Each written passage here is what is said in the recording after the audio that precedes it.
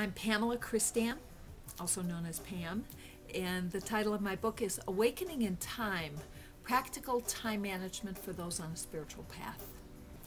This is a book that everybody who's concerned with the deeper issues of life and struggles with time management, this is the book that they need. And I know that's pretty much everybody that I know.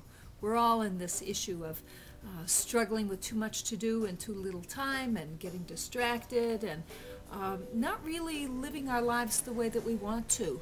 So that's what this book does. It gives you some hands-on skills and some insights, some ways of framing the whole question that are different from your usual more, better, faster time management. And you're also a consultant. You work with individuals and organizations on time management issues. Like, how did you get into that line of work?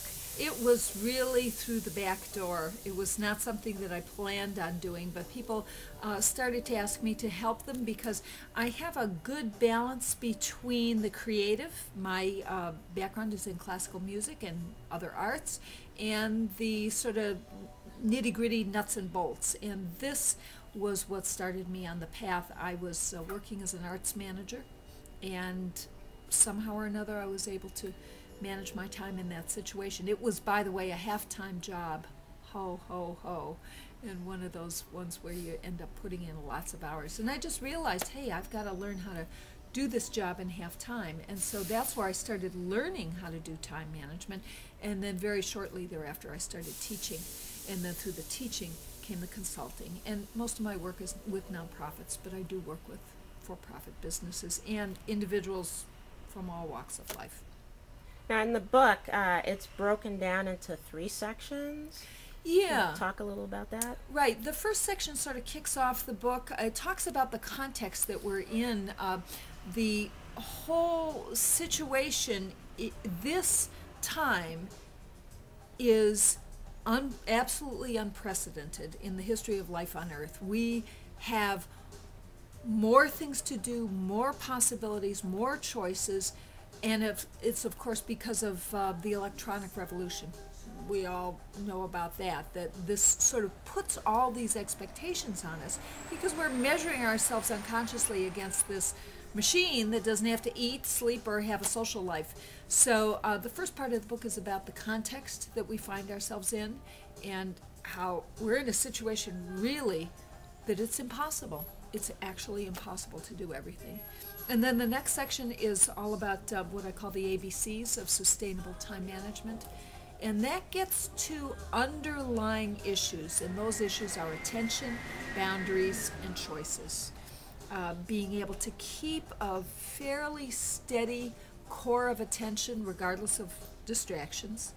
And then boundaries, being able to really contain the time that you spend on things so that it just doesn't slop over into everything else. And then choices, which is really about deciding to do this rather than that. And that's not an easy thing. It certainly is not an easy thing.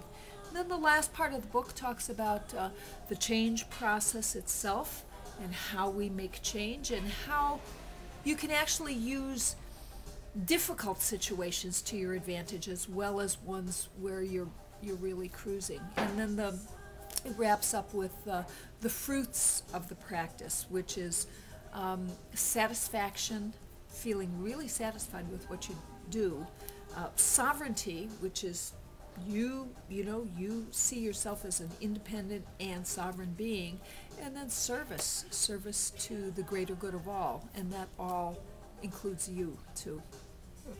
And do you find that there's a common trait in individuals that have problems with time management, and do you have a solution for that problem? Well, yes. The big solution is don't do so much. Everybody is struggling with this. There's a disconnect between their expectations and what's actually realistic, what's actually possible to do. And I run into this everywhere. And the deal about it is to be here now, is to really realize that you can't do it all and be able to make those choices with grace, comfortably, cheerfully, in fact, rather than saying, oh, I got to make this choice. And most of the time, people make choices by default. They really don't know that they're making a choice. And what this work does is allow you to make those choices more consciously so that you can actually stand behind them and say, well, I did this and I didn't do that, and this is why I'm doing it that way. And do you have any other last advice for anybody? Sure.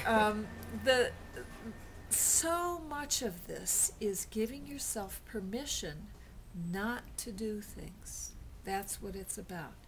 It's not so much saying yes to things as it's being able to say no graciously to the things that you are already saying no to, perhaps.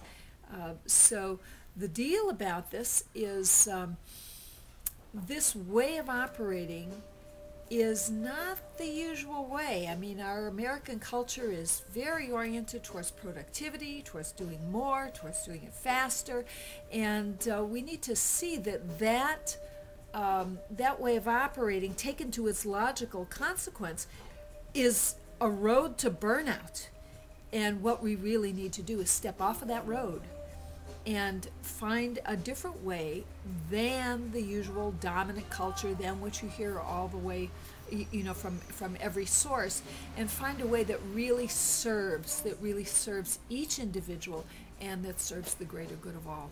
So that's my parting advice, is to learn how to do something different than what you hear on most of the media.